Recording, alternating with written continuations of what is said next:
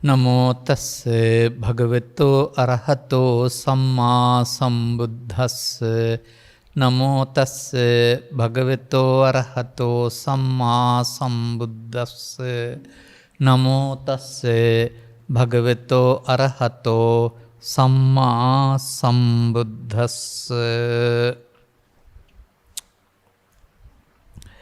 යෝච අච්චරා සංඝාත මත්තම්පි අනිත්‍ය සංඥම් භාවෙය්‍ය ඉදං තතෝ මහප්පල තරං තීති. ධර්මානුශාසනාවෙහි සදහැවර අනුග්‍රහක දායකත්වයේ දරන්නා වූ පවුලේ ප්‍රමුඛ ධර්මස්වනහා බිලාසී සදහැවර පින්නතුනි, නිවන් මගට උපනිශ්‍රේ වන ස්වාමින් වහන්සේ කැමැති පරිදි ධර්මදේශනයක් කියන නිදහස් මාතෘකාව යටතේ සිටමින් මම ධර්මානුශාසනාවක් කරන්නයි සූදානම් වෙන්නේ.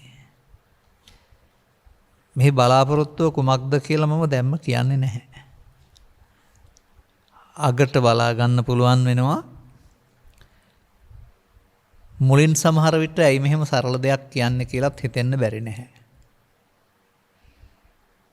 ඇතැම් විට මාධ්‍යවල වතාවක් දෙකාවක් මම මේක කියලා ඇති. නමුත් මේක මේ පොත බලාන කියලා නැහැ. කටපාඩමට පාඩමක් තියෙන කොටසක් විතරයි කියලා තිබෙන්නේ. නමුත් මේවායේ යම් යම් කරුණු තිබෙනවා සමාජයට තේරුම් ගන්න. මේකේ තිබෙනවා මම දකිනවා ආමිස පූජාව සහ ප්‍රතිපත්ති පූජාව වෙන් කරන තැන. සහ ගැඹුරුන කාරණේකුත් මේකේ තිබෙනවා. ඒක තිබුණට අර්ථ විග්‍රහයෙන් කියවෙන්නේ නැති නිසා තමයි මේක අර්ථ විග්‍රහය ගන්න සූදානම් වෙන්නේ. මේ අංගුත්තර නිකායේ නවක නිපාතයේ සිහනාද වග්ගය වේලාම කියන සූත්‍රය තමයි මේ පැහැදිලි කරන්න සූදානම් වෙන්නේ. කෙටි කරලා ගනිමු අනවශ්‍ය දේවල්. අනේ පිරිසුතුමා අනාථයින්ට දන් දෙන්නම ගිහින් දුප්පත් වෙලා.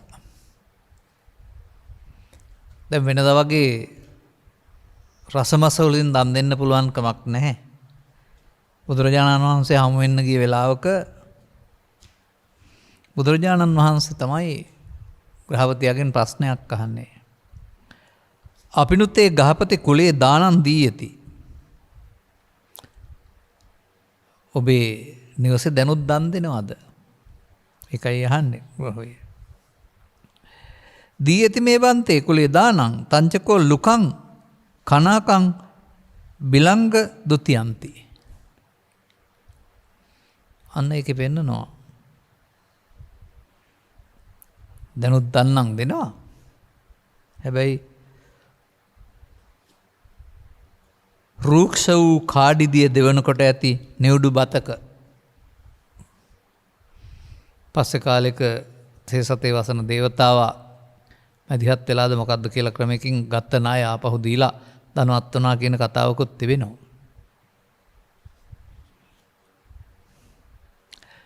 මේක මුල් කොටගෙන බුදුන් වහන්සේ වදාරපු දෙයක් තමයි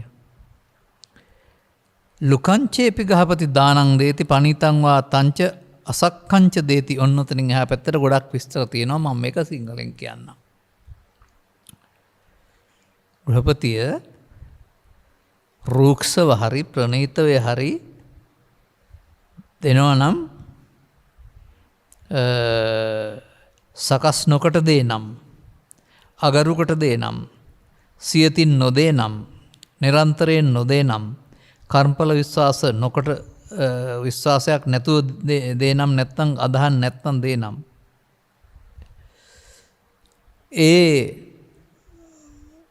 ඒ පැහැදිලි ක්‍රමයකින් තොරව දෙන්නා වූ දානයේ විපාක වාරය ප්‍රශස්ත මට්ටමක හොඳට පවතින්නේ නැහැ. එතකොට විපාක වාරයට ඒක භාගයට බලපානවා කියලා තමයි පෙන්වලා තියෙන්නේ. යත්ත තස්ස දානස්ස විපාකෝ නිබ්බන්තති න උලාරා බත්ත භෝගාය චිත්තං නමතින උලාරා වත්ත භෝගාය චිත්තං නමතින උලාරාය යාන භෝගාය චිත්තං නමතින උලාරාය පංචසු ගාමනේසු භෝගාය චිත්තං නමති යේපිස්සතේ හොන්ති පුත්තානිවා ධාරාතිවා දාසාතිවා පෙස්සේතිවා කම්ම කරෝතිවා තේපින සුස්සුසන්ති න සෝතං ඕදහන්ති න අඤ්ඤං චිත්තං උපට්ඨපෙන්ති ඔන්න බාගිට දෙන දානේ පිළිවෙලක් නැතුව දෙන දානේ ඕනෑවට එන දානේ ලැබිච්ච විපාක සිංහලෙන් බලමු. එහෙම කර්මඵල අදහන් නැතුව සූදානමකින් තොරව ආවට ගියාට කරපුවාම මේකේ පෙන්නනවා බත් හම්බ වුණාට හිත නැමෙන්නේ නැහැ කියනවා කෑම කාලා ඉන්න. වස්ත්‍ර හම්බ වුණාට අඳින්න හිතෙන්නේ නැහැ කියලා හිතෙනවා. යාන හම්බ වුණාට යානවල යන්න හිතෙන්නේ නැහැ කියලා තියෙනවා. පස්කම් ගුණේ ලැබුණාට ගුණේ විඳින්න හිතෙන්නේ නැහැ කියලා තියෙනවා. පුත්‍රයෝ හරි බිරිඳ හරි දාසයෝ හයි කියන කවුරු හරි අහල්ලු හරි ඒගොල්ලෝ කියන දේ අහන්නේ නැහැ කියලා තියෙනවා. තමන්ගේ අනසකට යටත් නොවන බිරියන් දරුවන් සේවක පිරිසක් හම්බ වෙනවායි කියලා තියෙනවා. ඒ සකස් කොට නොදුන් පිළිවෙලකට නොදුන් අපිළිවෙලකට දානේ සංසාරික විපාක කියලා ඔන්න බුදුරජාණන් වහන්සේ බණක් කියන්න පටන් ගන්නවා.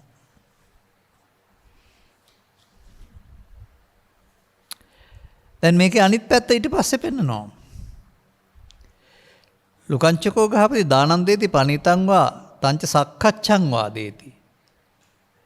ඒකින් හාට වචන ටික ඔක්කොම තියෙනවා අර අපි කතා කරපු පාලිය ටික සිංහලෙන් අපි බලමු. රූක්ෂ වේවා ප්‍රණීත වේවා සකසා දේනම් ගරුකොට දේනම් සියතින්ම දේනම් නිරන්තරයෙන්ම දේනම් කර්මඵල අදහා දේනම් යම් තැනක ඒකේ විපාකේ පහළ වුණාම අන්න අර වගේම අර හම්බ වෙනවා කණ්ඩ ණය නැහැ හම්බ වෙනවා අඳින්න ණය නැහැ කියන එක වෙනුවට භක්ත භෝගයේ පිණිස කෑම හම්බ වුණාම කන්න වාසනාව තියෙනවා. වස්ත්‍ර භෝගයේ තිබුණා ඇඳුම් හම්බ වුණාම අඳින්න වාසනාව තියෙනවා. යාන හම්බ වුණාම යාන යන්න වාසනාව තියෙනවා. පස්කම් ගුණයේ භුක්ති විඳින්න වාසනාව තියෙනවා. දූ දරුවන් හෝ බිරිඳ හෝ සේවකයෝ හෝ කීකරු අය බවට පත් වෙනවා. මේ පරණ කතාව අලුතින් කියන්නම් මම. වත්මන් සමාජයේත් මේ සම්පත් ලැබිච්ච අය ඉන්නවා. පුටු සෙට් එක වහලා බංකුවක් උඩ ඉඳගෙන අලුත හදපු ගේ වහලා පුංචි කාමරයකට වෙලා ඉඳගෙන වාහනේ මේ දූවිලි වැහි කියලා රෙද්දකින් වහලා ට්‍රීවිල් එකකින් යන පයින් යන සම්පත් තබාගෙන භුක්ති විඳින අය. එහෙම නැත්නම් ලක්ෂ ගණනක් බැංකුවේ තබාගෙන පාන් කැල්ලක් කාලා හොදිත් එක්කලා ඉන්න. බලන්න නැද්ද කියලා. අපට හොයන්න බෑ. නමුත් තිබිලත් වල නැති අයට කතාවක් නෑ. තිබිලත් පරිහරණය කරන්න වළංගු නැත්තේ නැත්නම් ශක්තියක් නැත්තේ අසම්පූර්ණ පුණ්‍ය කර්ම විපාක බව මේ වේලාම සූත්‍රයේ පෙන්නනවා. ඔතනින් එහා පැත්තට මේකේ ඊට වඩා ගැඹුරු කතාවකට මම යන්නේ. භූතපුබ්බං ගහපති වේලාම නාම බ්‍රාහ්මනෝ වහෝසි. පෙරවුවක් කීමේ වේලාම නම් වූ බ්‍රාහ්මණෙක් හිටියා. පස්සේ කියනවා මේ මමමයි ඉස්සර ජීවිතේක කියලාත් හරිද? ඔහු දන් දුන්න ආකාරය ගැන සඳහන් කරනවා. හේ මෙබඳු මහ දනක් දින. ඒකෙන් තියෙනවා රිදියෙන් පිරුවා උසුවාතෝ දහසක් රන්වා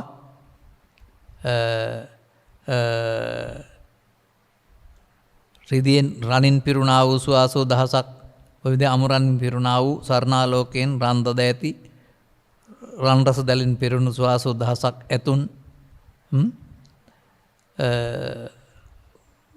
දිවිසම් ඇඹුල් අතුල අතිකෝදයකට හුඟක් ඒ කාලේ සඳහන් වෙලා තිබෙනා වූ දහසක් වස්ත්‍ර කොසු ආදී දේවල් දහසක් කන්‍යාවියන් උඩුවියන් ඒ වගේම පැදුරු ඒ වගේම සියුම් පෙළිපෙදිපිලි කම්බිලි කපුපිලි කනබොන වස්ත්‍ර ගැන කනබොන දේවල් ගැන කවර කතාද කියලා තියෙනවා ගංගාවක් වගේ කියලා. ඒ දායකත්වයෙන් සූදානම් කරගත්ත පැත්ත.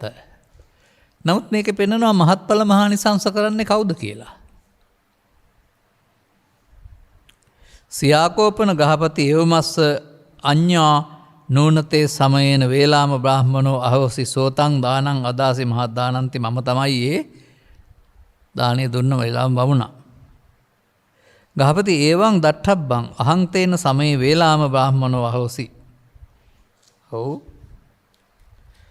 ඒ වුණාට කියනවා තස්මින් කෝපන ගහපති දානේන කෝචි දක්ඛිනෙය්‍යා හෝසි නතං කෝචි දක්ඛිනම් විසෝදේති යං ගහපති වේලාම බ්‍රාහ්මනෝ දානං අදාසි මහා දානං යෝ චේකං දිට්ඨි සම්පන්නම් භෝජෙය්‍ය ඉදං තතෝ මහප්පලං තරಂತಿ. ඔන්න කතාවට වැටෙන්නයි යන්නේ. ගෘහපති ඒ දානෙහි දක්ෂිනාර්හ පුද්ගලයෝ කවුරුත් හිටියේ නැහැ. දැන් මේ කවුද? මගපලලාභීන් දක්ෂිනාර්හ පුද්ගලයෝ කියලා කියන්නේ. කවුරුත් ඒක හිටියේ නැහැ. ඒ නිසා ඒ දක්ෂිනාව පිරිසිදු කළේ නැහැ කවුරුත් කියලා කියනවා.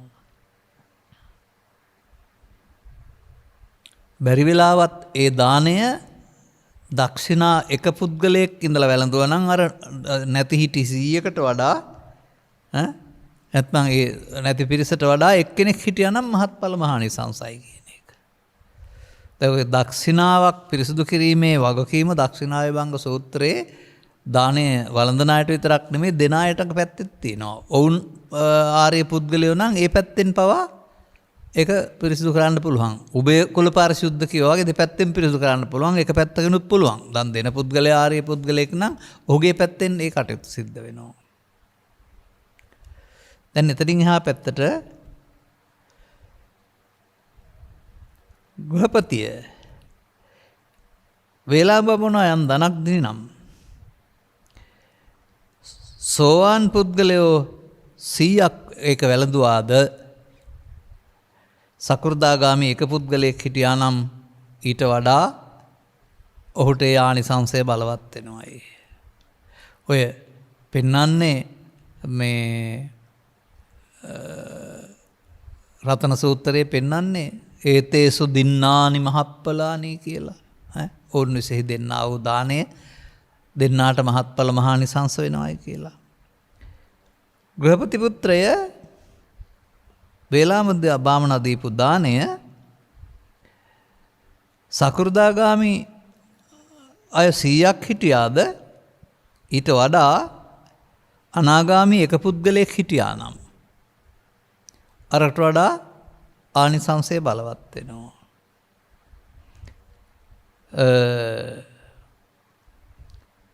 අනාගාමි 100ක් සිටියාද ඊට වඩා රහතන් වහන්සේ කෙනෙක් හිටියා නම් බලවත් වෙනවා.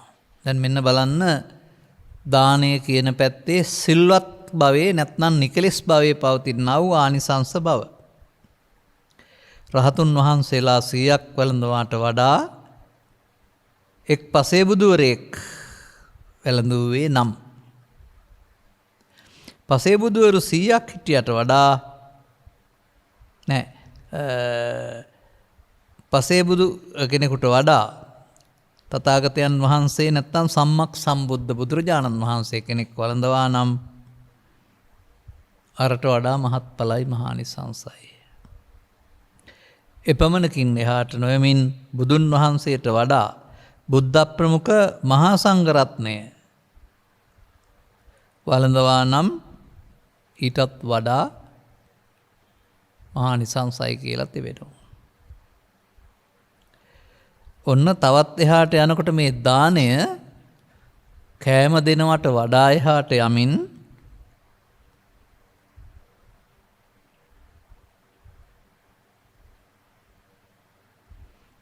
යෝච චාතුද්දිසං සංඝං උද්දිස්ස විහාරංකාරාපෙය්‍ය.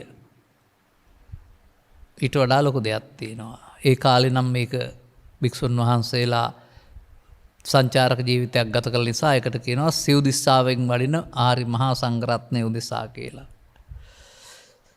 සිව් දිසාවෙන් වඩිනා සංඝයා උදෙසා වාසස්ථානයක් වෙහෙරක් කියන එකේ තියෙනවා චෛත්‍යයක් කියනනේ විහරණය කරන ස්ථානයක්. ඔවුන්ට සෙනසුන් සකස් කළේ නම් අර ආහාර දෙනවාට වඩා ඒ ආනිසංසය බලවත් කියලා කියනවා.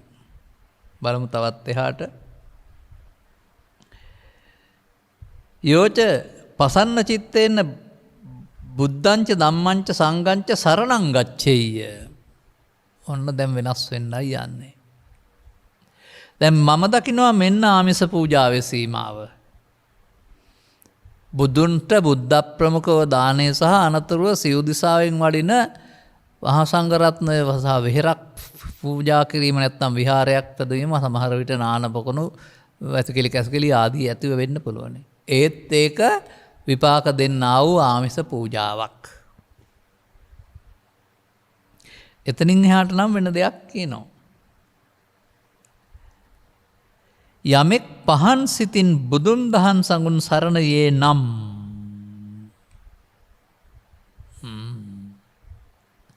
ඒක නම් ආමිස පූජාවක් නෙවෙයි. දැන් පහන් සිතින් බුදුන් සඟුන් සරණ යාම කියන එක කොහොමද මේ ඔබ සවන් දෙන ඔබ අර්ථ ගන්නවා ගන්නේ? ඔය පාසල් අධ්‍යාපනයේදී ඔබ කියූ පරිදි උද්දන් තරණං ගච්ඡාමි දංගම් තරණං ගච්ඡාමි සංඝම් තරණං ගච්ඡාමි කිව්වොත් හරිද? නැහැ. එහෙම නෙවෙයි ත්‍රිපිටකයේ තෙරුවන් සරණ යාම සඳහන් වෙන්නේ. මේ සූත්‍රයක් පෙරලා පෙන්නන්නම් දවසක ඕන නම් ඒ වගේ තියෙන එකක් අරගෙන ඒ වගේ සඳහන් වෙන්නේ තථාගතයන් වහන්සේ සමීපයට පිරිස් එනවා. ඔවුන් මිනිස් මනුස්ස වර්ගයා බෞද්ධ වෙලා නැහැ. ඒක තථාගතයන් වහන්සේට අතරමඟදී මුණ ගැහෙනවා. ඔවුන්ගේ සමය වෙනත් එකක් ඒ වන විට මතය. දැන් සාකච්ඡා කරලා කරුණු පැහැදිලි කරලා දුරදිග යන දේශනාවක් කරනු ලබනවා. ඊට මත්තෙන් පන්සිල් ගත්තා, බණ අහන්න වාඩි වුණා, බුදුන්ට වැඳා නොවැඳා ඒවා වැදගත් වෙලා නැහැ. වැඳේ නැතුවත් හිටපුවා හිටියා. දේශනාව අවසානයේදී බුදුන් වහන්සේට ප්‍රශස්ති ගායනයක් හමු වෙනවා මේ සවන් දුන්න පුද්ගලයාගෙන්. ඒක සඳහන් වෙන්නේ මේ සූත්‍ර දේශනාවල අභික්ඛන්තම් භෝගෝතම අභික්ඛන්තම් භෝගෝතම සීතාපි භෝගෝතම කියන පාඨයෙන් සූත්‍ර දේශනාවල අග. තවත් දවසක ඒ බඳු සූත්‍රයක්ම අරගෙන අපි කතා කරමු. මේක පැහැදිලි කරන හැටි බලන්න. දැන් මෙතෙන් ගියොත් මට පාඩුයි මේක. දැන් දේශනාවේදී මනස්කාන්ත බව තමයි අභික්ඛන්තං කියලා කියන්නේ. සීතාපි කියන පාවිච්චි වචනේ ගන්නෙ කොයි වාගේද? ඒකේ හැටි පාට. වටහීමේ හැටි. ඔන්න නික්කුජ්ජිතං වා උක්කුජ්ජෙය්‍ය යටිකුරු කරලා තිබුණු දෙයක් උඩු කර කරලා පෙන්වනවා හා සමානයි. පටිච්චන්නං වා විවරෙය්‍ය වසා තිබුණු දෙයක් විවෘත කරලා හා සමානයි. මුලහසා මග්ගං ආචික්කෙය්‍ය පාරවර්ධන කෙනෙකුට පාර පෙන්වනවා හා සමානයි. චක්කුමන්තෝ රූපානි දක්ඛින්ති අන්ධකාරේ වා තේලපද්දෝ තන්දාරෙය්‍ය අඳුරේ ඉන්නවා දෙකක් තියාන අඳුරේ තෙල් පහනක් නැතුව. අඳුරේ ඉන්න කෙනෙකුට රූප බලන්නේ කියලා ඇසත්තෙකුට තෙල් පහනක් දැල්වා දුන්නා හා සමානයි. රූපත් තියෙනවා ඇසත් තියෙනවා නමුත් අඳුරේ ඉන්නේ. එතකොට කලේ ආලෝකයේ සපේන එක දැන් පේන්න ගන්නවා. ඔය බුදුරජාණන් වහන්සේ කරුණ පැහැදිලි කිරීම තුළින් මෝහාන්ධකාරය දුරවන එක තමයි ඔය පෙන්වන්නේ ආලෝකය කියලා. ඔබ වහන්සේ වදාළ දේ මට තේරුණා. අද පටන් මම තෙරුවන් සරණ ගිය කෙනෙක්ට සලකන්න. අන්න පරපුරෙන් නිකම්ම තෙරුවන් සරණ යාම අනුන් කියනවට කියා ධර්ම ශ්‍රවණයකට සසර දුකින් මිදීමට ත්‍රිවිධ රත්නයේ සරණ හැර වෙන සරණක් නැහැ කියලා ප්‍රතිපත්ති පූජාවෙන් තෙරුවන් සරණ යාම. එහෙමයි මං හිතන්නේ ඒක. එතකොට ඒ පුද්ගලයා ධර්මයේ තේරුම් අරගෙන සසර දුකින් මිදීමට තෙරුවන සරණ කරගන්නවයි කියන එක. මෙතනදී බුදුන් සරණ යනවා කියන්නේ පුද්ගලයා හෝ පිළිමයක් සරණ යනවා කියන එක නෙවෙයි. මතක තියාගන්න. මේ බුදුන් හඳුනා ගන්නට වෙනවා සරණ යන්නට.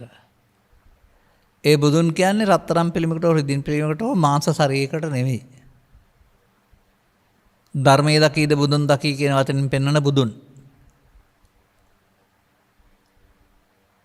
ඒ කියන්නේ ඒකට කියන්නේ පංචස්කන්ධයේ අනාත්මය බලනකොට හම්බ වෙන බුදුන් තමයි ඔය පෙන්වන්නේ. එතකොට දහම් කියන්නේ බණපදයක් කතන්දරයක් නෙවෙයි. ඉදම්පි ධම්මේ රතනම් පනීතං. ධර්මයේ කියන පදේ මම පෙන්වලා තින්නේ ගැඹුරට නිවීමට.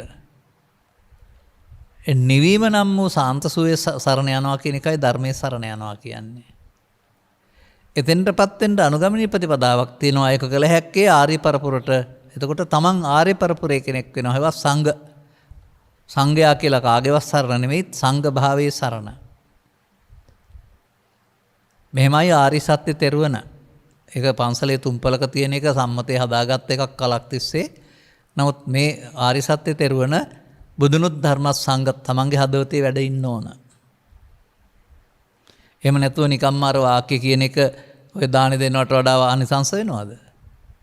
රහතුන් වළඳනවට වඩා නෑ. ඒ වැළඳීමෙන් ලැබෙන්නේ ආරාමකලත් ලැබෙන්නේ ආයු වර්ණ සැබ්බල විපාකයක් විතරයි. දැන් මේ සරණ යාමෙන් පටිසෝතගාමී වෙලා කෙලෙස් නැසෙන්න පටන් ගන්නවා. ඒක නෙවෙයිද මහත්ඵල මහානිසංසය. මේ පටිසෝතගාමී වෙන්න පටන් ගන්නවා.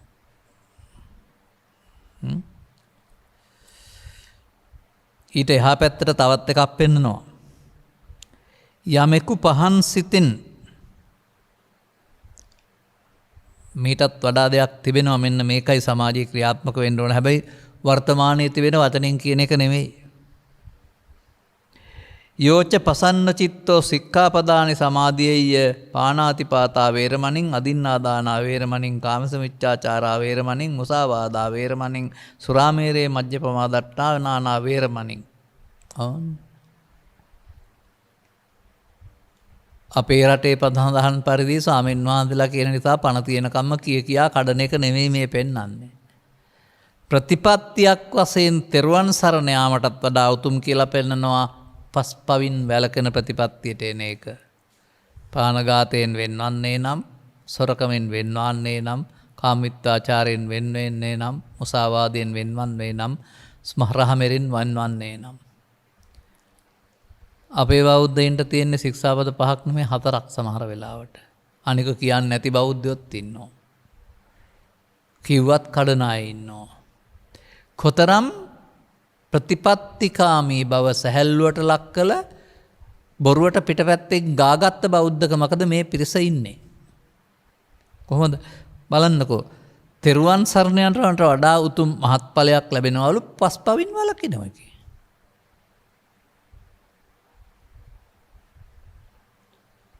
මම හිතන්නේ මේක තුළ මම දකිනවා මේ තෙරුවන් සරණ ගියායට පුළුවන් දෙයක් වශයෙන් මේක පෙන්වන්නේ. නිකන් ඔය අපි ලේසියට මේක තමයි මං හිතන්නේ වර්තමානයේ ඔය ශික්ෂාපද සමාදානයෙන් තෙරුවන් සරණයි පන්සිල් ගැනීමයි වශයෙන් මේ සකස් කරලා තිබෙන්නේ.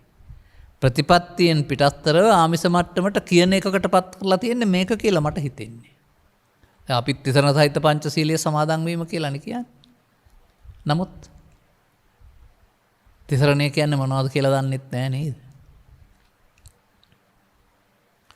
අපි ඉතින් තිසරණ ගමනන් හරි සරණාගමනන් හරි සම්පූර්ණම් කියනවා ආමබන්තේ කියනවා. ඒ වුණාට සරණාගමනයටපත් වෙලා නැහැ. අනිකම් වාචික වචන විතරයි. ඒ නිසා අරට වඩා මහත්පාලිස් මහන්සන් වෙන්නේ නිකම්ම සරණං ගච්ඡාමි කියලා ශික්ෂාපද 5 කියුවට නම්. නමුත් මේකේ පෙන්නනවා තෙරුවන් සරණ යනවට වඩා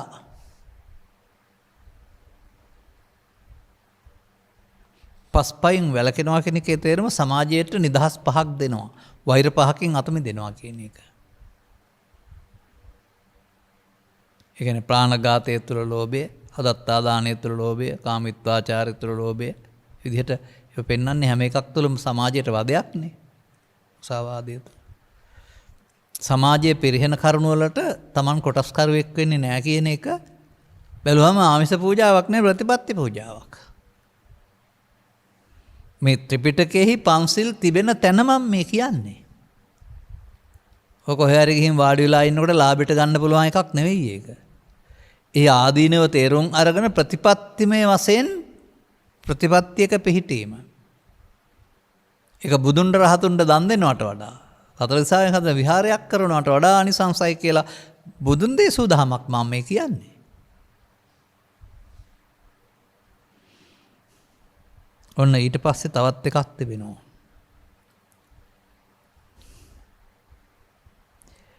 යෝච අන්තමසෝ ගන්ධූහන මත්තම්පි මෙත්ත චිත්තම් භාවෙය්‍ය ඉදං තතෝ මහා ඵලතරං. මොකද හරි ලස්සන දෙයක් මේ.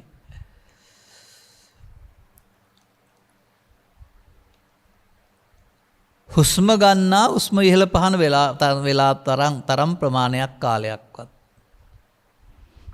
මෙත්සිත වඩා නම් දැන් මේක කොතනද තියෙන්නේ? දානංච සමචරියංච මෙත්ත චිත්තංච භාවයේ. දානයේ පරිත්‍යාගයේ සීලය අසමචරියාවෙන් ගේ පංචශීලය මෙත් වැඩීම. දැන් මෙත්තාය බික්කවේ චේතෝ විමුක්තිය ආසේවිතා භාවිතා බහුලී කතා කියන එකේ මොකද්ද අන්තිමට පෙන්වන්නේ මෙත් වැඩපුවාම? උත්තරින් අපපටි විජ්ජන්තෝ බ්‍රහ්මලෝකබෝ හෝති. අදාළ මාර්ගයේ යන්න බැරිුණොත් බඹලෝට යන එක තමයි පත් වෙනවා කියලා කියන්නේ. මම හිතන්නේ නිකම්ම සියලු සත්වයෝ දුක් වෙත්වායි කියලා වචනෙන් කියනවට නෙවෙයි මම මෙත් වඩනවා කියලා කියන්නේ.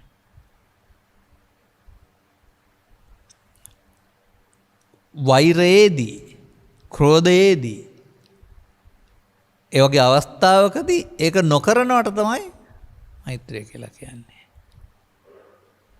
දැන් සතුන් මැරීම අකුසලයක් නම් නොමැරීම පුණ්‍ය කර්මයක් වශයෙන් උත් පෙන්නනවානේ. දැන් කුද්දක නිකායේ පවතින පුඤ්ඤික ව්‍රත සූත්‍රය අරන් බැලුවම ඒකෙති පවතිනවා ඒතේ ධම්මේ භාවයිත්වා තයෝසුක සමුද්දේ අබ්බාපජ්ජං සුඛං ලෝකං පණ්ඩිතෝ uppajjati දානංච සමචරියංච මෙත්ත චිත්තංච භාවේ. මෙත් වැඩීම තුළ දුක් විපාක නැති සැප විපාක තියෙන තැන්වල උපදිනවායි කියලා. අර උත්තරින් අපපටි විජ්ජන්තෝ කියන්නේ මාර්ගඵල වලට පැමිණෙන්න බැරි වුණොත් එතකොට බඹලෝ යනවා කියන එකනේ. ඒක බඹලෝ යන්න පුළුවන් භාවනාවක්. එතකොට කෙලෙස් යටපත් කරගෙන. එතකොට එහි කායික පීඩා හෝ දුක් විපාක නැහැනේ.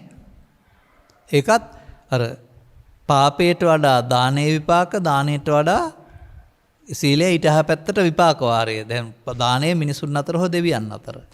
මේ විපාක වාරය බඹලෝ. එතකොට ආනිසංස වශයෙන් ගත් කල විශාලයිනේ.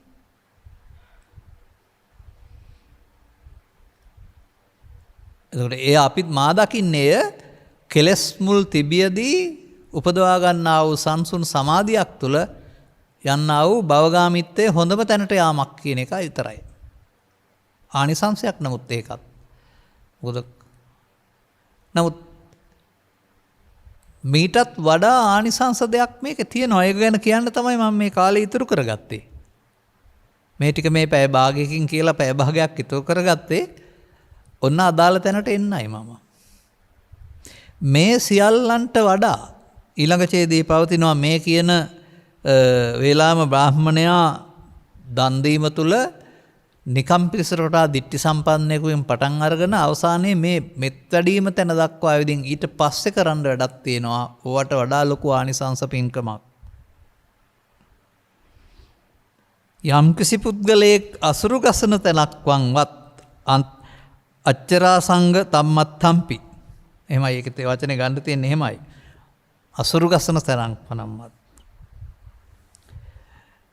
අනිත්‍ය සංඥා භාවීය අනිත්‍ය සංඥාව වඩන්නම් ඒක මහත්ඵල මහානිසංසයි අරට වඩා. දැන් ඔබ දන්නා අනිත්‍ය සංඥාවට අනුව කොහොමද මේක මහත්ඵල වෙන්නේ?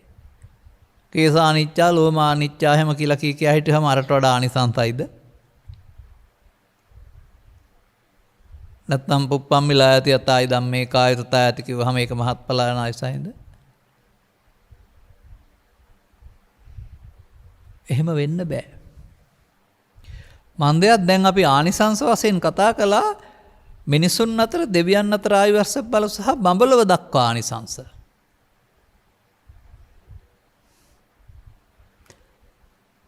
මේ එකක්වත් නොකලත් මෙන්න මේ පාත එක කරන්න පුළුවන් නම් ඔබට ලෝකෝත්තර ආනිසංස හම් වෙනවා. මේවා පහු කරගෙන එන්න. ඒවා තියෙනවා නම් වළක්වන්න ඕනෙත් නැහැ.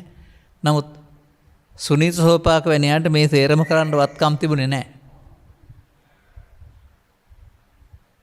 ඔවුන්ට මේ කෙලවරේක හමු වෙන්නේ නැති. දැන් මේ අසුරු ගසන සැනක් කියලා කියන්නේ මොකද්ද? දැන් අපි යනවා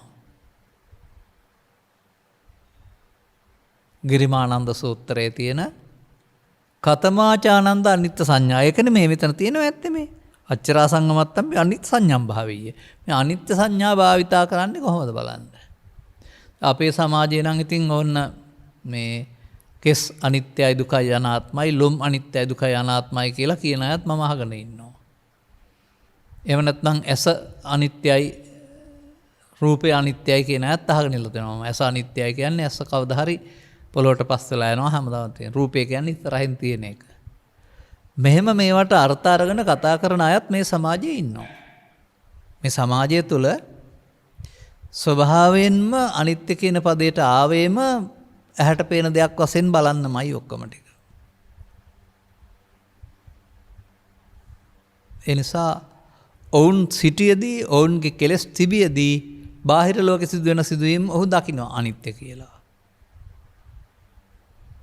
මේක කොහොමද මේ මීට වඩා ආනිසංස වෙන්නේ? මට මේ පෙළ අනුව ඊළඟ ආනිසංසය ලෝකෝත්තර එකක් වෙන්න ඕන. බ්‍රහ්ම ලෝකෙටත් එහා ආනිසංස කොහෙද ලෞකිකේ තියෙන්නේ ආයේ.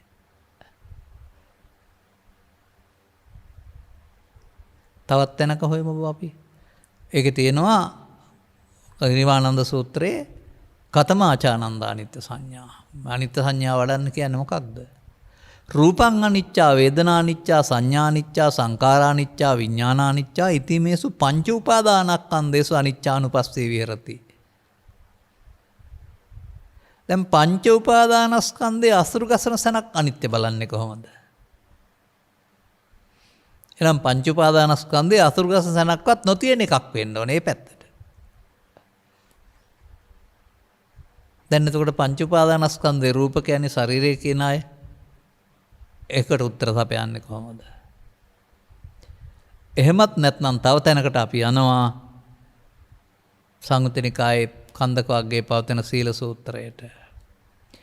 ඒකේ මීට සමගාමීව තියෙන අර්ථය ගත්තොත් සුතවතා කෝපනායස්මා කතමේ ධම්මා යෝනිසෝ මනසිකාතබ්බාති. සීලවතා කෝපනායස්මා කතමේ ධම්මා යෝනිසෝ මනසිකාතබ්බා දෙකක් තියෙනවා සූත්‍ර. සීල සූත්‍රය, සුතවන්ත සූත්‍රය. සීල සූත්‍රයේ සිල්වත් වුණ කෙනා මොකද්ද නුවණින් මෙනෙහි කරන්න ඕනේ. සුතවන්ත සූත්‍රයේ සුතවන්ත හේවත් බණාසා කරුණු තේරුම් ගත්ත කෙනා මොකද කරන්න ඕන?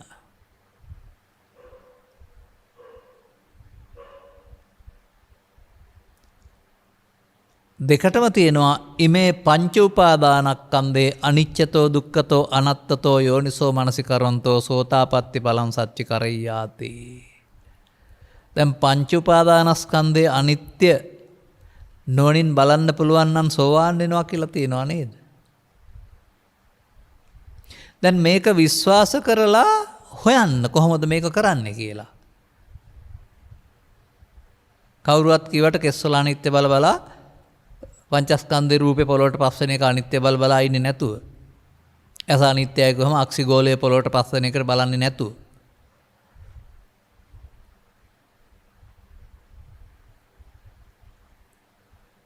අපි මෙහෙම හිතන්නකෝ. ඔබට ඔය උපතින් අන්ධ පුද්ගලයන්ගේ ඇහැ පේනවා, අක්සිගෝලය පේනවා, කළු ඉරියන්ගේ ආව ඇරුණාම අනිත් ටික තියෙනවා පේනවා. ඔහුට රූප පේනවද ලෝකේ?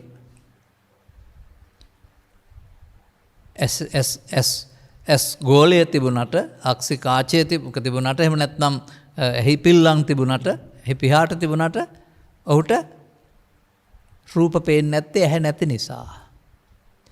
එතන ඇහැ කියන්නේ සෛල වලින් හැදුනා වූ මාංශ චක්ෂුවට කියලා හිතන්න එපා. ඇහැ කියන්නේ පෙනීම.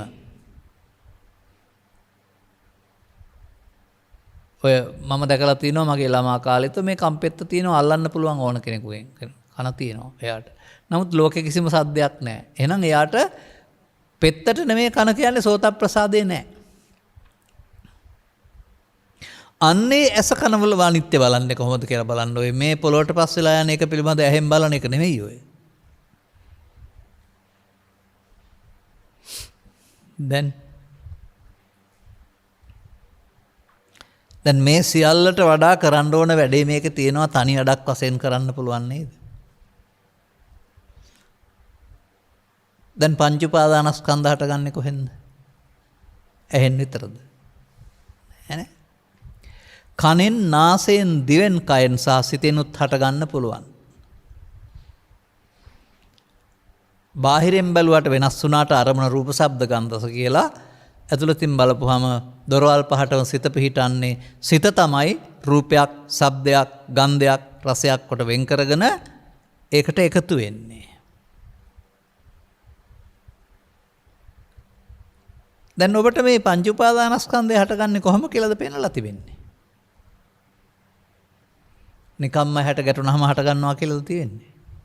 නෑ. යංකෝ බික්කවේ අනුසේති තේන සංකං ගච්ඡති. ඔබ අම්මාසයෙන් අරමුණු රස විඳින්න ගිහින් ලෝභ මොහ වශයෙන් හේතු තියලා තිබෙනවා නම් ඒ තැබූ හේතුව අතීතයේ හේතුවක උදව්වෙන් තමයි මේ ඵලය හටගන්නේ. බාහිරෙන් ගැටීමේදී බාහිරෙන් ඇහැට කනට නාසයට යමක් ගැටෙන්න පුළුවනි මනෝද්වාරික හරිය. අදාළ මම ඉන්න වූ මේ පංච උපාදානස්කන්ධය හටගන්න එක බාහිර ලෝකේ වැඩක් නොවේයි. ඔබට අදාළ ඔබේ පෞද්ගලිකත්වයේ වැඩක්. මේක දන්නේ නැති පුද්ගලයාට මේ ත්‍රිපිටකයේ සඳහන් කරන්නේ අසුත පුතග්ජනයා. ඔහුට අන්න බුදුන් වහන්සේ වදාරනවා පුතග්ජන පුද්ගලයාට මේ ස්කන්ධ පහට ආපු දේ නැත්නම් පංචස්කන්ධයට එන දේ හිතට ආපු දේ මම කොටගත්ත මුලාවෙන් මිදෙන්න බෑ කියලා. සියුම් නුවණක් තියෙන්න ඕන නේද? හිතට එන දේ සමග එකතු වීමෙන් මම හැදෙනවායි කියලා. මතක තබා ගන්න. ඒ නිසා ඒකට පටවියාපෝ තේජෝ අයිති නැහැ, ද්‍රව්‍ය අයිති නැහැ. ඒ නිසා කියනවා දිට්ඨි. සක්කාය දිට්ඨි. සක්කාය කියන්නේ රූප වේදනා සංඥා සංකාර පහටම තමයි. මමත්වයට ගත්තාම සක්කාය දිට්ඨි. දැන් පංච උපාදානස්කන්ධයේ සක්කාය දිට්ඨිය දෙකක්ද?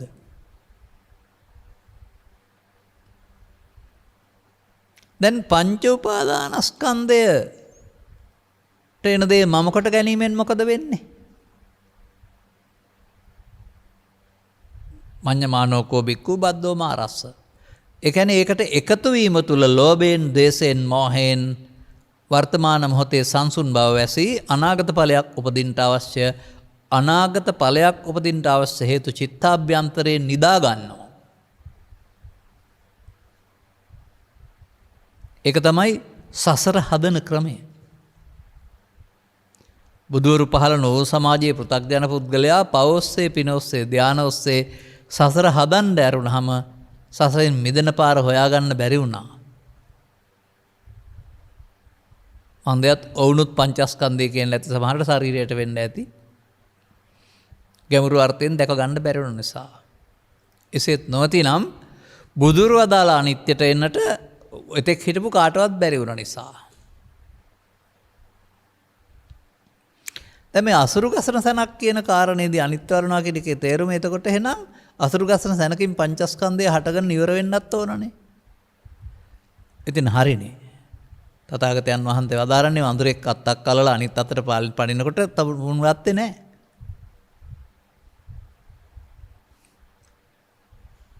අන්න ඒ ස්වභාවය තේරෙනකොට තේරුම් යනකොට කෙනෙකුට තේරෙනවා අපි මේ මොන දේ කළත් ඒවට බාහිර වශයෙන් නම් තබා තිබුණාට අවසානයේ මේ කරන්නේ ස්කන්ධ පරිහරණයක්. ස්කන්ධ පරිහරණය පෘථග්ජන පුද්ගලයා ඒකට එන දේවල් ලෝභ මූලිකව, දේශ මූලිකව, මෝහ මූලික වශයෙන් ගැනීමෙන් බැඳී සසරට බැඳී ආපහු දුක් විපාකගෙන දෙන්න හේතු චිත්තාභ්‍යන්තර ගත කරමින් පංච උපාදානස්කන්ධයක් බවට පත් කරගෙන පෘථග්ජනෙක් බවට පත් වෙනවා.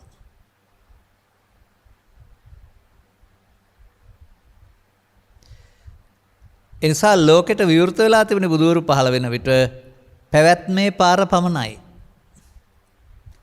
පැවැත්මේ පියවරවල් 3ක් ඔස්සේ නරක හොඳ සහ වඩා හොඳ කියන පැවැත්ම හොඳ පැත්තට හරවලා ඇරුණාම බුදුවරු විලි කර වදාරන්නා වූ නැවැත්ම කියන පැත්තට එන්නට පුළුවන් ආය කිසිවෙක් හිටි බවට බුද්ධෝත්පාදය තුල බුදු සමය කරුණු ඉදිරිපත් කරන්නේ නැහැ. දැන් බලන්න මම මේ කරුණු කියන්නේ ඇයි? පංච උපාදානස්කන්ධයේ අනිත්‍ය තේරුම් ගැනීම මුළු බුදු සමයේම තේරුම් ගැනීමයි. සම්පූර්ණයෙන්ම සතර ගමන ආපහු හරවන පාරයි. මේ සියවස් කීයක් මේක මේ ත්‍රිපිටක ග්‍රන්ථවල පොත්වල තිබුණාද පාලිය සිංහලට පරිවර්තනය කළාද දේශකින් වහන්සේලා කී 100ක් කී 1000ක් ඕක වචනෙන් කියන්නේ නැතිද?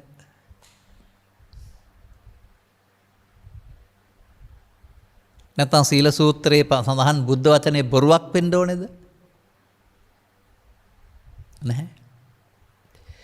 කවමදාකවත් බුදුරු අදාළ දෙයක් වෙනස් වෙන්නේ නැහැ. ඒක උන්වහන්සේම තවත් සූත්‍රයක වදාරලා දෙයක්. බුදුතෙන් පටන් ශරීරය අතහැර දවසන දක්වා යමක් වෙන්නේ නැහැ කීවා නම් ඒක වෙන්නේ නැහැ. වෙනවා කී වදාලා නම් ඒක වෙනවා. එනම් පංච උපාදානස්කන්ධයේ අනිත්‍ය තුල සෝවාන් සකෘදාගාමී අනාගාමී අරිහත් අවලම් කරන්න පුරාණ සමතෙක් අදත් ඉන්න බෑ. හරියට කෙස්වල අනිත්‍ය නෙවෙයි. දැන් මොකද්ද වෙන්න ඕන මේකේ? අන්න එහෙම හිතලා බලන්න. හොඳයි පංච උපාදානස්කන්ධයට එකතු වීමේදී මොකද වෙන්නේ? ලෝභයෙන්, දේශයෙන්, මෝහයෙන් බැඳී සංයෝජන වී සසරට බැඳෙනවා. එන එක පමාද විහාරීනේ. එසේනම් මේ බුදුන් වහන්සේ වදාළේකෙදී සසරෙන් මිදීම සමග කෙලෙස් නැසීමත් වෙන්න ඕනේ. මේ අනිත්‍යයේදී මා දකින්නවා කෙලෙස් නැසෙන්න ඕනේ කියලා.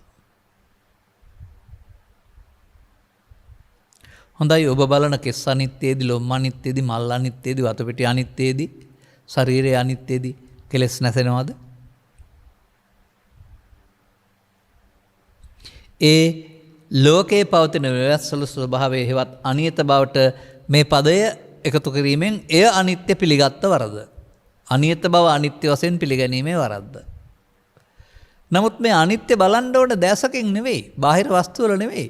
පංච උපාදානස්කන්ධය තුල යදා පඤ්ඤාය පස්සති. ඒක ඇහැට පේන එකක් නෙවෙයි, නුවණින් දකින අනිත්‍යයක්. දැන් ඔබට පැහැදිලි වෙනවද මේ සමාජයේ කලක් තිස්සේම ඇහැට පෙනෙන අනිත්‍යයක් ගැන කතා කර කර හිටියයි කියන්නේ? මේ සීල සූත්‍රයේ සඳහන් තැනට එන්නට බැරි වුණයි කියලා. දැන් මේ සූත්‍රයේ සඳහන් පරිදි මේ සීල සූත්‍රයේ සඳහන් වෙන්නා වූ ඉමේ පංච උපාදානස්කන්ධය අනිත්‍ය දුක්ඛ අනාත්මතෝ කියන එකයි, ගිරිමානන්ද සූත්‍රයේ අනිත්‍ය සංඥාවල පංච උපාදානස්කන්ධ අනිත්‍ය කියන එකයි, මේකේ අනිත්‍ය සංඥා වඩනවා කියන එකයි තුනක් වෙන්න බෑනේ. මේකේ අනිත්‍ය සංඥා කියලා විතරයි වෙන්නේ. ඒක අනිත්‍යයි කියලා හිතේ සංඥාවක් කරන එක නෙමෙයි ඒ පෙන්වන්නේ. ඒ කතමාචන්ද අනිත්‍ය සංඥා කියන එකේ පෙන්වන්නේ මේ පංච උපාදානස්කන්ධේ අනිච්චානුපස්සී විහෙරති. නැවත නැවතත් උපදින ස්කන්ධවල අනිත්‍ය නැවත නැවත බලමින් වාසය කරන්න කියලා. පළනම් තිබෙනවා, බැරි වුණා නේද කරගන්න. ඔබට සමීප වෙන හරිය හරිය ලේසි දැන්. අපට මෙතෙන්ට සමීප වෙන්න තමයි අවුරුදු 25ක් 30ක් 35ක් 40ක්ම මේ පෙළ දහම ඔස්සේ මේ සිද්ධියට පත් වෙන්න අමාරු උනේ. අන්දයත් ඒ අනිත්‍ය පදයෙන් ධර්මයේ වසා විවිධ මිත්‍යාමති මතාන්තර දේශනා කරමින් නැත්නම් එළිවෙමින් ඒවා ඔස්සේ සමාජයේ යමින් හිටපු නිසා. මා මෙහෙම කිව්වොත් සම්පූර්ණ බුදු සමයේම දුක්ඛගාමී ප්‍රතිපදාවට කියනවා අනිත්‍ය කියලා, නිර්වාණගාමී ප්‍රතිපදාවට කියනවා අනිත්‍ය කියලා. අනිත්‍යයි නිට්ටයයි විතරයි. සාරාංශ කළොත් එහෙම මුළු බුදු සමයේම. එතකොට ඉතින් හුඟක් බණ පොත්වල නෑ බුදුන් වහන්සේ වදාළ පරිදි ඔබ නිට්ටය කොට ගන්න මුලාව තේරුම් ගන්න, ඔබ අනිත්‍ය බලන්න පටන් ගන්න. මේ බුදුන් වහන්සේ පෙන්වලා තියෙන්නේ මේ සියලු දාන වලට වඩා මහත්ඵල මහානිසංසයි කියලා. ඔව් මේ එකකින්වත් කෙලෙස් නැසෙන්නේ නැහැ. අර කිසි මොකද වෙන්නේ? මාර්ගඵල සාක්ෂාත් වෙනවා.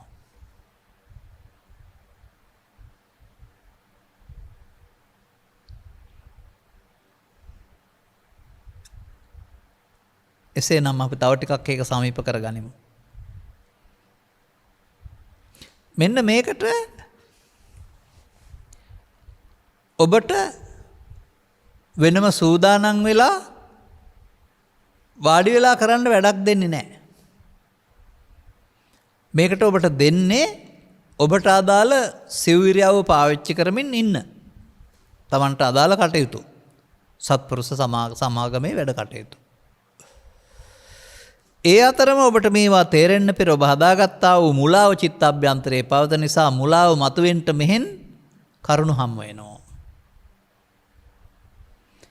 මෙහෙ හමු වෙන පුංචි පුංචි ප්‍රත්‍යමුල් කරන ඔපේ මේ මුලාව මතුවෙන අවස්ථා තුනක් තමයි අනතුරුව කාම විතරකයේ, ව්‍යාපාද විතරකයේ, විහිංසා විතරකයේ නම් වූ වචන තුනෙන් පෙන්වන්නේ. තුනම එකවර එන්නේ නැහැ. දැන් කාම විතරකයේත් පංච උපාදානස්කන්ධය නොවේද? ව්‍යාපාද විතරකයේ පංච උපාදානස්කන්ධය නොවේද? විහිංසා විතරකයේ පංච උප්පන්නං හටගෙන නොවේද?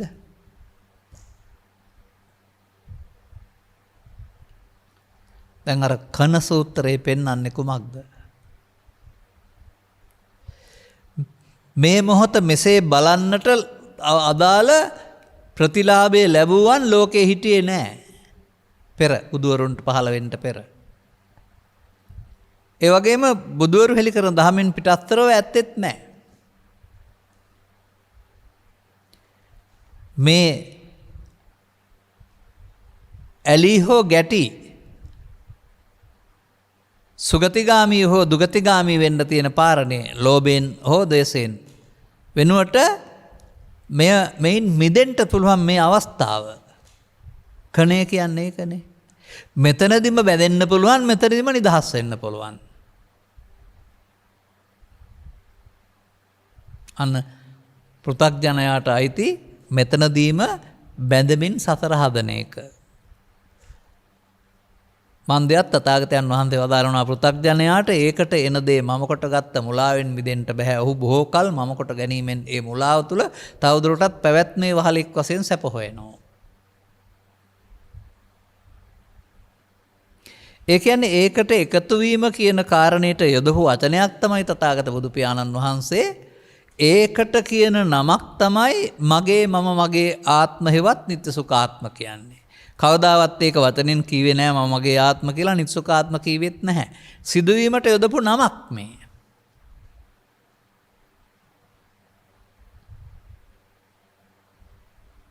බලන්න පමාද විහාරීත්වයේ කොතරම් ලෝකේ ලස්සන කරන්න පුළුවන්ද කියලා.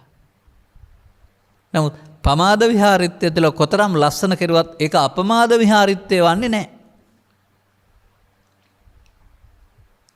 පවාතහැර පිනෙන් ලස්සන කරන්න පුළුවන්. පිනේ ආකාර 6කින් ලස්සන කරන්න පුළුවන් සදිවි ලෝක මට්ටමින්. ඊට පස්සේ ධානා මට්ටමින් ලස්සන කරන්න පුළුවන් රූපාවචර අරූපාවචර. ඒ භවගාමීත්වයේ ලස්සන සුඛපටිපදාව. අර දුක්ඛගාමිනී ප්‍රතිපදාව නිරේගාමී කියන්නේ මේ සුඛගාමිනී ප්‍රතිපදාව. නමුත් භවගාමීත්වය. දැන් මේ අනාගතයක් හැදෙන එක නවත්තන්න මේ මොහොතේ මොකද්ද කරන්න පුළුවන්?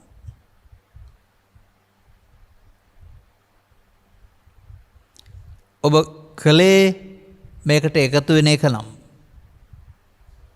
සංසාරේ පුරුදු කලේ මේ මොහොතට එකතු වෙලා විතර්කයේ පාවිච්චි කරන එක නම් කාම හෝ ව්‍යාපාද විහිංසා.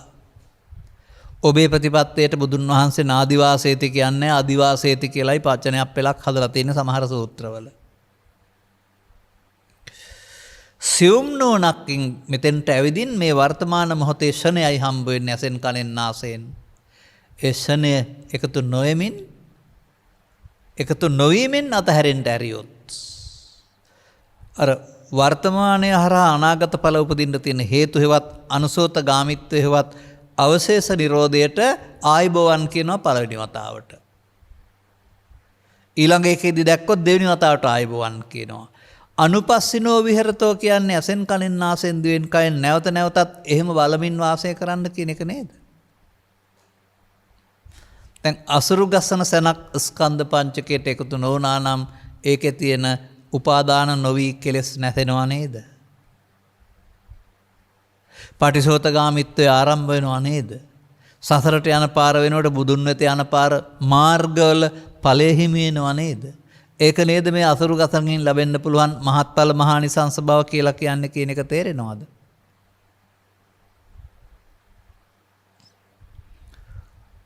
ඔන්න ආපහු හැරුණා. අතිදීර්ඝ සංසාර ගමනක එකතු වීම ඔස්සේ පවපින ධානය ඔස්සේ ආගම් ಜಾති රටවල් සත්ත්ව කොට්ටාස ඔස්සේ ආපු අනුසෝතගාමී භවගාමී ප්‍රතිපදාව ආපහු හැරෙන්න ශනයක් හම්බ වුණා. බුදුවරු මාර්ගය පැහැදිලි කළා ඔබ යන්න ඕනේ. නමුත් මාර්ගයේ පැහැදිලි කිරීම මතුවෙන්න කොතරම් සියුම් තැනකට එන්න ඕනේද? කොතරම් ලෝකේ වචන කතා කළත් මේ ක්ලික්ලේසී බවට පත් වෙන මේ අනිත්‍ය නිසා කෙලෙස් නැසෙන හැටි පිළිබඳ කතාවක් නැහැ.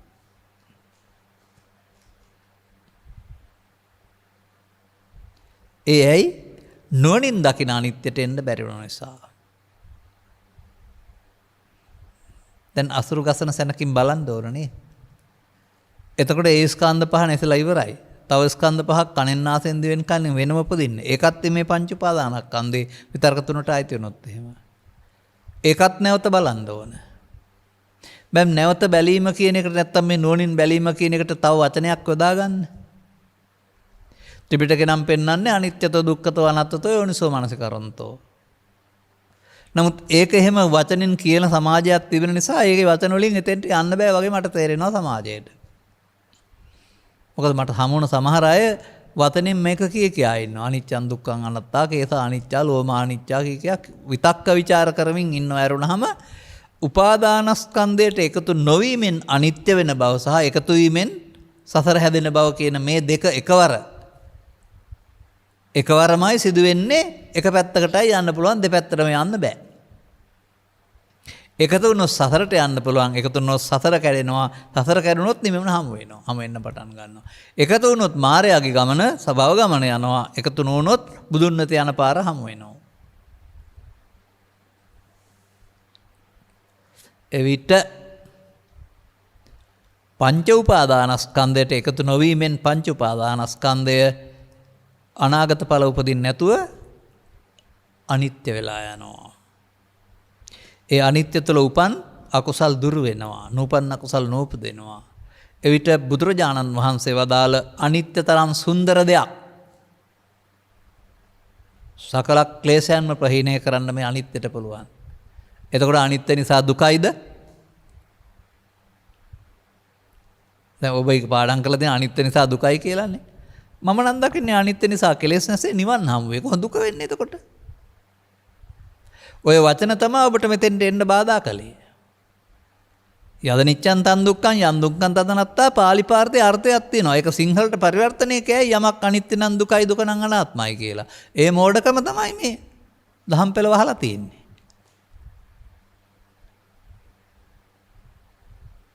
දුක කියන පදේට දුකයි කියලා ගන්න නෙවෙයි. දුක කියන්නේ මම හොට ගන්න දෙයක් නැති කිසිවක් නැති අසාර බවනේ. ඒකට නොගැනීමට නේ දුක්ඛ කියන්නේ. අසාර්ථ මමකට නොගැනීමට මනනේ. මමකට නොගැනීමත් අනිත්‍යත් දෙකක් වෙනවද බලන්න. දැන් බලන්න හරිද කියලා. මඤ්ඤමානෝකෝ බික්ඛු බද්දෝ මාරස තණ්හා උපාදාන වා විද්‍යා සංඛාරා. අමඤ්ඤමානෝ මුත්තෝ පාපේ මතෝ තණ්හා නැහැ උපාදාන නැහැ බව විද්‍යා විමුක්ති. පස්ස නිරෝධයෙන් පසු.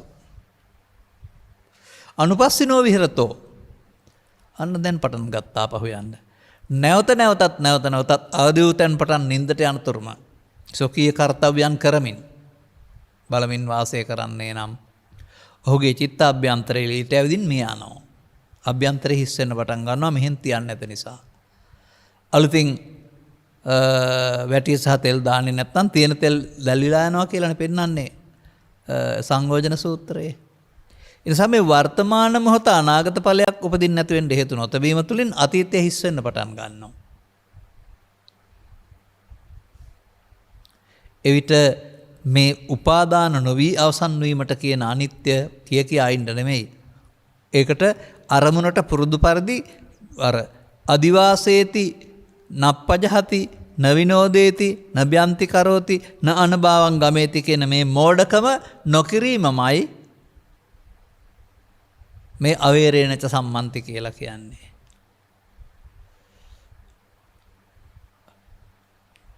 මෙන්න බුදුවරු ඔබව අරගෙන ඇවිදින් කෙම්බිමකට ගෙනත් වනාන්තරයක ඉඳලා ගෙනත් මහමගට පිළිපන්න කරනවා. දැන් ඊට පස්සේ පාරේ ඔබ යනවා. ඉතින් එහාට අනතුරු නැහැ. වැටෙන්නේ නැහනේ ආපහු. එතෙක් බුදුවරු නැත්නම් කල්යාණ මිත්‍රයෝ පිටිපස්සෙන් සිටිනවා අවුල් වැටෙයිද කියලා තේරුම් කරලා දෙන්න. දැන් තේරෙනවද වේලාම සූත්‍රයේ මේ අන්තිම පදයේ තේරුම? අර සේරම දේවල් වලට වඩා ඒවා ඔක්කොම ලෞකික ආනිසංස. භවගාමී ආනිසංස. මේක ලෝකෝත්තර ආනිසංස. අසුරු ගසන සැනකි. හැම විටම අසුරු ගසන සැනයි තමයි හම්බ වෙන්නේ. නමුත් ඒක කේසානිච්චා ලෝමානිච්චා කියන්නේ නැතුව පංච උපාදානස්කන්ධය අනිත්‍ය බලන්න වෙනවා. එතකොට උපාදානය කරගක නැසෙමින් අනාගත සතරක් හදන්න නැති ගමන ආරම්භ වෙනවා පටිසෝතගාමීත්වය. දැන් ඔබට මේ දේ තේරුණා නම් ඔබ ප්‍රතිපත්ති පූජාවෙන් බුදුන් පුදන්නේ. ආමිස පූජාවට කරහන්න ඕනෙත් නැහැ. ඕන ගිහින් වාඩි වෙලා හිටියත් කමකුත් නැහැ. නොකලත් කමකුත් නැහැ මට පේන ආකාරයට නම්. දැන් අපි හිතමුකෝ පූර්වලමාවිය සංවර්ධන මධ්‍යස්ථානයේ ඉගෙනගෙන යද්දී උසස් පෙළ ඉන්නවා. එම් පූර්වලමාවිය තිබුණා වෙයි ළමයින්ට. අපි පූර්වලමාවිය ඉගෙන ගන්නේ නැහනේ. නැත්තම් උපාධියේ ඉන්නවා. නැත්තම් ආචාර්ය උපාධියේ ඉන්නවා. අන්න ඒ වගේ ආපහු සෙල්ලම්පත් වෙන වැඩවලට යන්න ඕන නෑ මේ ඉහළ දේ කරනවා නම්. නමුත් සෙල්ලම්පත් වෙන ළමයින්ට විහිළු කරන්න ඕනෙත් නෑ. ඔවුන් සමග ඉන්න වුණොත් උපේක්ෂාවෙන් ඒ දෙයට එකතු වෙනවා. අපි පන්සිල් දෙන්නේ නැද්ද? බුද්ධ පූජා තියන්නේ නැද්ද? බෝධි පූජා තියන්නේ නැද්ද? පිරිත් කියන්නේ නැද්ද? ඒ කිසිවක ඇලී ගලී නැහැ අපි. තේරුම් ගන්න ඕන කාරණාව. ඒ අන් අයට අවශ්‍ය නිසා යමක් කරනවා වරුණාම අපි ඊට වඩා උතුම් පූජාව කරමින් ඉන්න බැවින් අපි දන්නවා බුදුන් වහන්සේ වදාළ පරම පූජාය ඒක බව. ඔබටත් මේ කරුණු තේරුම් ගන්නට මෙම කරුණු පැහැදිලි කිරීම හේතු වාසනාව වේවායි කියන ප්‍රාර්ථනය කිරීමෙන් වේලාම සූත්‍රයේ අගපදය පැහැදිලි කිරීම මෙතකින් අවසන් කරනවා. හේවත් ප්‍රතිපත්ති පූජාව පැහැදිලි කිරීම මෙතකින් අවසන් කරනු ලබනවා. දායකත්වය මෙම උතුම් ධර්ම දේශනය සඳහා සදැහැති දායකත්වය දරනු ලබන්නේ පියුෂා ජයවර්ධන සහ මදාරා ජයවර්ධන දියණිවරුන් දෙදෙනා විසිනි. පියුෂා ජයවර්ධන සහ මදාරා ජයවර්ධන දියණිවරුන් දෙදෙනා විසිනි.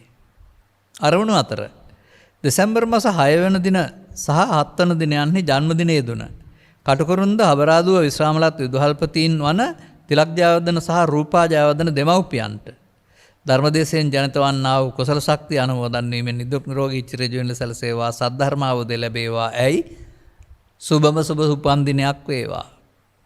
මේක තමයි කරන්න ඕන දරුවෝ මව්පියන් වෙනුවෙන්. 2001 ජූනි මාස 10 වන දින මෙලවින් සමුගත් ඥාති සිද්ධ මුල්ල සරත් ඇල්විටිගල මාවත සජන පෙදෙස පදිංචිව සිටි රිචඩ් ධර්මසේන මහතාටද මේ පින් අනුමෝදන් වේවා. ඉක්මන් භවයකදී කල්යාණ මිත්‍රයන් හමු වී සදහම් වටහාගෙන නිවන් මඟ පූර්ණය කරගන්නට ලැබේවා. වචන ටිකක් සකස් කළා මම. නිකම්ම ලැබෙන්නේ නැහැ නිර්වාණ අවබෝධය. ඒකයි. එමෙන්ම මෙම සියලු දෙනා නමින් මියගිය සියලු ඥාති හිත මිත්‍රාදීන්ට උතුම් අමා මහ නිවන් සැනසීම පිණිස මේ උතුම් ධර්ම දේශනාමේ කුසලය අනාගත ඵලදරීමක් වශයෙන් නිවර්ණස් වේවා කියලායි ප්‍රාර්ථනා කරන්නේ. අනතුරුව මෙම උපයන්ට උපන් දිනයක් සමග ධර්ම දානයක් සඳහා දායකත්වයෙන් දරූ දියණියන් දෙදෙනා ඇතුළු ධර්ම ශ්‍රවණය කළ හැමටත් මේ වේලාම සූත්‍රයේ සඳහන් පරිදි අන්තිම පොඩි දේ.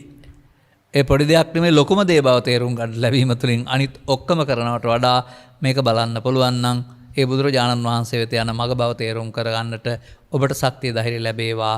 ඔබට ඒ බුදුන් හමු වේවා. සබ්බහිතේ වජ්ජන්තු සබ්බ රෝගෝ විනස්සතු මාතේ බවත් අන්තරායෝ සුඛී දීඝායුකෝ බව හැම දිනාටම තෙරුවන් සරණයි. රාගක්ඛයෝ නිබ්බානං